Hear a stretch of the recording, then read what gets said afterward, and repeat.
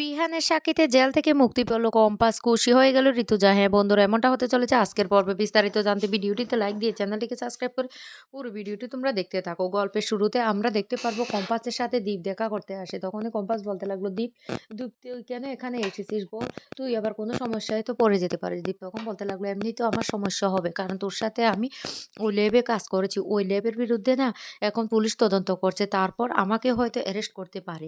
তখন কম্পাস বলতে লাগলো, তোর জন্য আজকে তোর জন্য উম আমার জন্য তোর আর বিহান স্যারের যে জীবনটা নষ্ট হয়ে গেল। দীপ তখন বলতে লাগলো, কম্পাস এইভাবে তুই কথা বলিস না, কারণ এখানে যে কোনো কথা বলা না একদম সেফ না, তাই তোকে বলছি তুই কিচ্ছু বলবি না, যতক্ষণ না পর্যন্ত তো ওকে জামিনে বের করা যায় ততক্ষণ পর্যন্ত তুই কোনো কথা বলবি না। আর মোনা লিসার মা না এখানে এসেছে তোর সাথে দেখা করতে। তখনই মোনার মা দেখা করতে আসে কম্পাসের সাথে। কম্পাস তখন কান্না করতে থাকে আর বলতে লাগলো, কাকিমা বিহান কেমন আছে?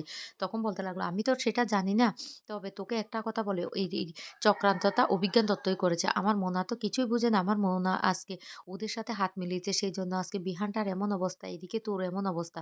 ওরা অনেক বড় চক্রান্ত করেছে, ওরা চাইছে যে তোকে এইভাবে আটকে রেখে তোর সেই ফর্মুলাটা ওরাই নিয়ে নেবে। সেইজন্য তোরা এই কাজটা করতে চাইছে। বিশ্বাস কর, আমি অনেকবার চেষ্টা করেছি ওরা কি করতে চাইছে সেটা জানার। কিন্তু সেটা আমি কিছুতেই জানতে পারিনি। তবে তোকে একটা কথা বলি, তুই এখানে কোনো কথাই বলবি না। খুব তাড়াতাড়ি আমরা তোকে এখান থেকে বের করে নিয়ে যাবো। কম্পাস তখন বলতে লাগলো, কাকিমা তুমি একটা কাজ করবে, একবার অন্ততপক্ষে বিহান স্যার কেমন আছে সে খবরটা আমাকে দেবে। তোমাকে তো হয়তো ওরাও ঢুকতে দিতে পারে। তখন বলতে লাগলো, ঠিক আছে মা, আমি গিয়ে দেখবো কেমন আছে, তারপর আমি তোকে সবটা জানাবো। অন্যদিকে দেখা যায় ও বিজ্ঞান দত্ত বলতে লাগলো, কি ঋতুজা ম্যাডাম, আপনার তাহলে খেলা শেষ হয়ে গেল, এবার থেকে আমাদের খেলা শুরু। আপনি এখনো কম্পাসের নাম নিচ্ছেন? খবরদার, যে কম্পাসের জন্য আজকে এমন অবস্থা হয়েছে সেই কম্পাসের কথা আপনি এখনো বলছেন? তখন মোনালিসা সেখানে চলে আসে আর এসে বলতে লাগলো, দাদু ও দাদু কি হয়েছে? অভিজ্ঞান দত্ত তখন বলতে লাগলো, এই মোনা মোনা মোনা তখন ছুটে যায় সেই বিহানের কাছে, আর গিয়ে বিহানকে এমন অবস্থা দেখে খুব কান্না করতে থাকে। এইদিকে অভিজ্ঞান দত্ত সেই ঋতুজাকে ট্রেড দিয়ে বলতে লাগলো, খবরদার খবরদার, আপনি কম্পাসের নাম মুখেও আনবেন না। এদিকে দীপ বলতে লাগলো, কম্পাস তুই কোনো চিন্তা করবি না, তুই কোনো চিন্তা করবি না, তোকে এখান থেকে আমরা ছাড়িয়ে নিয়ে যাব। তখনই কম্পাস বলতে লাগলো, দীপ ঠিক আছে তুই যা এখন। এরপরে দীপ চলে গেল। কম্পাস খুব কষ্ট পেতে থাকে বিহানের জন্য। অন্যদিকে দেখা যায় অখিলেশ বাবুকে থানা থেকে ফোন করে সবটা জানিয়ে দে ওই মহিলা অফিসারটা। সে বলতে লাগলো, সেখানে সে অভিজ্ঞান দত্তের ছেলের বউ দেখা করতে এসেছে, আর ওই ছেলেটা দেখা করতে এসেছে। অখিলেশ বাবু তখন বলতে লাগলো, ওই ছেলেটার উপর তুমি নজর রাখো, যে কোনো প্রকার ওই ছেলেটাকে অ্যারেস্ট করতে হবে। আর তখনই সেই মুহূর্তে ঋতুজা ফোনে বলতে লাগলো, আমাদেরকে ইমিডিয়েটলি কম্পাসকে জেল থেকে বের করতে হবে, ওইখানে ওকে আমরা কিছুতে আটকে থাকতে দেব না, ওই জেল থেকে কম্পাসকে আমি মুক্ত করবই। তখন লয়ার বলতে লাগলো, শুনুন আপনি তো বুঝতে পারছেন না, ওর নামে যে যে ধারা কেসটা আনা হয়েছে না, ওকে এত তাড়াতাড়ি মুক্ত করা না সম্ভব না। আপনি বুঝতেই পারছেন ওই ল্যাবে বিষাক্ত গ্যাস ছিল, আর সেই গ্যাসের কারণে কিন্তু আজকে বিহানের এমন অবস্থাটা হয়েছে। তাই এত তাড়াতাড়ি ওকে আমরা কিছুতে জামিন করাতে পারবো না। ঋতুজা তখন বলতে লাগলো, আপনি কি বলছেন, আপনি কি বলছেন? তখন লয়ার বলতে লাগলো, হ্যাঁ আপনি বুঝুন, কয়েকদিনের মধ্যে আমরা বের করার ব্যবস্থা করছি। এইদিকে সেখানে দাঁড়িয়ে আছে অখিলেশ বাবু। আর অখিলেশ বাবুকে দেখেই তখন ঋতুজা কাছে গিয়ে বলতে লাগলো, সবটা হয়েছে তোমার জন্য, সবটা তোমার জন্য হয়েছে। এদিকে ডাক্তারবাবু বাইরে বেরিয়ে বলতে লাগলো, শুনুন অনেক চেষ্টা করেছি, তারপরেও আমরা কিছুই করতে পারি না, বিহান না কোমায় চলে গেছে। এই কথা শোনার সাথে সাথে ঋতুজা তখন খুব কান্না করতে থাকে আর বলতে লাগলো, আপনি কি বলছেন ডাক্তারবাবু, কি বলছেন আপনি? ডাক্তারবাবু তখন বলতে লাগলো, হ্যাঁ যেটা সত্যি সেটাই বলছি।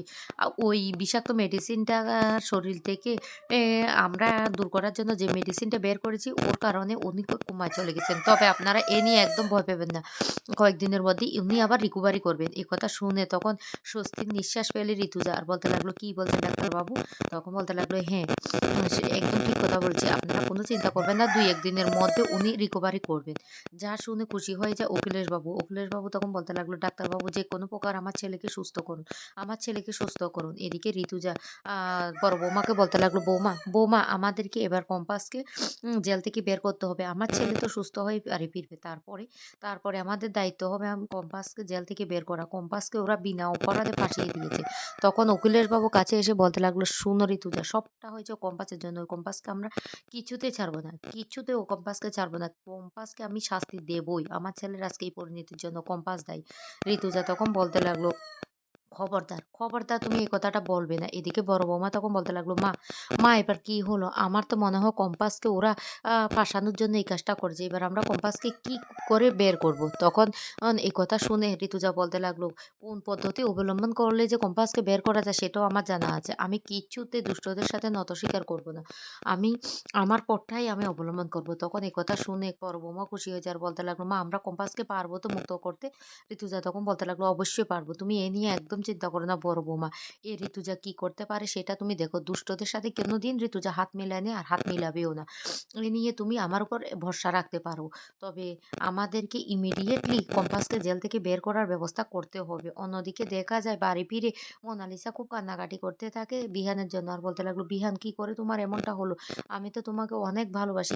কিভাবে এমনটা হলো?" এই বলে কান্নাকাটি করতে থাকে। আর তখনই মোনালিসার মা এসে বলতে লাগলো, "মোনা, আমি জানি তুই অনেক কষ্ট পাচ্ছিস। কিন্তু বিশ্বাস কর আজকে এই ঘটনার জন্য কম্পাস দায়ী নয়। এই ঘটনার জন্য দায়ী তোর দাদু। তোর দাদুর জন্য এটা হয়েছে। কম্পাস তো ওর স্ত্রী।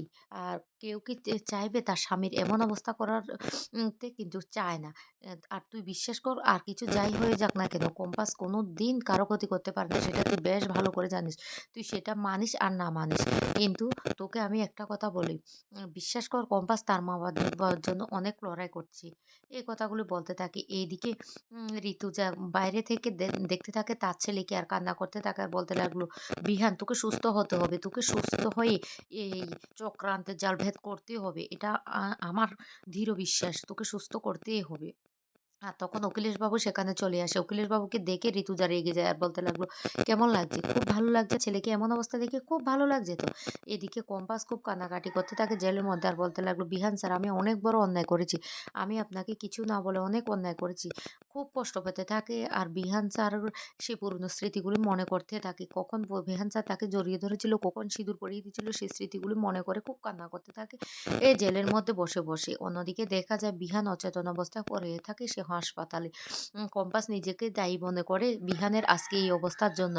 সে তার মনকে কিছুতেই স্থির করতে পারে না। অন্যদিকে দেখা যায় আর ঋতুজা তখন বলতে লাগলো, তোমার অনেক আনন্দ হচ্ছে না? ছেলের আজকে এই অবস্থার জন্য তোমার স্থান না নরকেও হবে না। তুমি শেষ পর্যন্ত দাবার গুটি হিসেবে তোমার ছেলেকে কাজে লাগিয়েছো। তোমার ছেলে তো সুস্থ হবে। তবে তোমার মুখোশটা যখন তোমার ছেলের সামনে আসবে তখন তুমি কি করবে সেটা দেখো। এদিকে মোনালিসা তার মায়ের উপর প্রচন্ড রেগে যাওয়ার বলতে লাগলো, "খবরদার! ওই কম্পাসের কথা একবারও বলবে না। বলবে না। আমি ওটা সহ্য করতে পারি না। ওই মেয়ের জন্য আজকে বিহানের এমন অবস্থা হয়েছে। ওকে আমি কিছুতেই ছাড়ব না।" এই বলে মোনা তার মায়ের উপর প্রচন্ড রেগে যায়। তার মাকে শাসিয়ে সেখান থেকে চলে যায়। অন্যদিকে দেখা যায় বিহান আস্তে রিকভারি করতে থাকে। আর ডাক্তার সেটা ঋতুজাকে জানিয়ে দেয়। কিন্তু ঋতুজা সেই খবরটা কাউকে দেয় না। এক পর্যায়ে বিহান সুস্থ হয়ে গেলে ঋতুজা তখন তাকে জিজ্ঞাসা করে তাকে কে ফোন করেছিল? তখন বিহান সিকিউরিটি গার্ডের কথা বলে। তখনই ঋতুজা সমস্ত সত্যিটা খুলে বলে বিহানকে আর বলতে লাগলো, "আজকে নাকি কম্পাসের জন্য তোর এই অবস্থা হয়েছে। সেইজন্য কম্পাসকে অভিজ্ঞান দত্ত জেলে পাঠিয়েছে।" তখন বিহান বলতে লাগলো, "কি বলছো মা?" তখন বলতে লাগলো, "হ্যাঁ, তার সাথে তোর বাবাও ছিল। আমরা সত্যিটা সবার সামনে আনতে চেয়েছিলাম। কিন্তু তুই তখন আসিসনি। আর সেখানে ইচ্ছে করে কেউ সেখান থেকে পেন ড্রাইভটা চুরি করে নিয়েছে।" আর তখন সেখানে চলে আসে মোনালিসার মা। আর এসে বলতে লাগলো, সেটা করেছে আমার মেয়ে। আমার মেয়ের ঘরে আমি সেটা পেয়েছি। এই দেখো। আর সে করেছে তার দাদুর কথায়। তখন এই কথা শুনে বিহান অবাক হয়ে যায়। বিহান তখন বলতে লাগলো, "ঠিক আছে, আমি এই কোর্ট থেকে ছাড়িয়ে আনবো কম্পাসকে।